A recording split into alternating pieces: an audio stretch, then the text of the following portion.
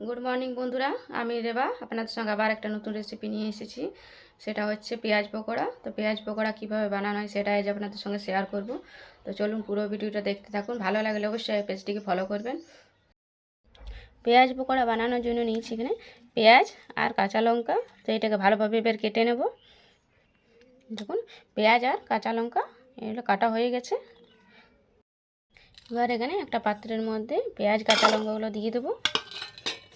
তারপর এর মধ্যে দেবো বেসন,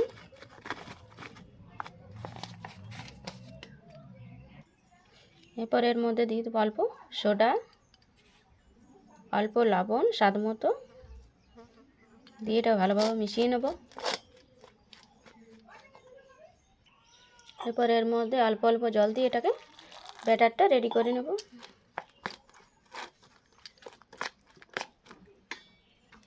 এই দেখুন ব্যাটারটা ভালোভাবে রেডি হয়ে গেছে।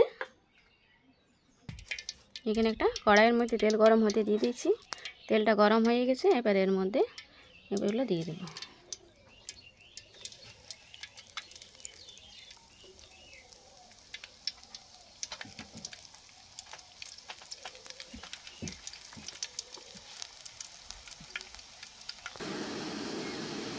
এভাবে ভেজে নেব। দেখুন এগুলো ভাজা হয়ে গেছে। এভাবে এগুলোকে এবার নামিয়ে নেব।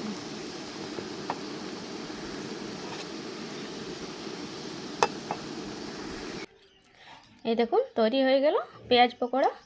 তো এভাবে এটা কিন্তু চায়ের সাথে খেতে খুব সুন্দর।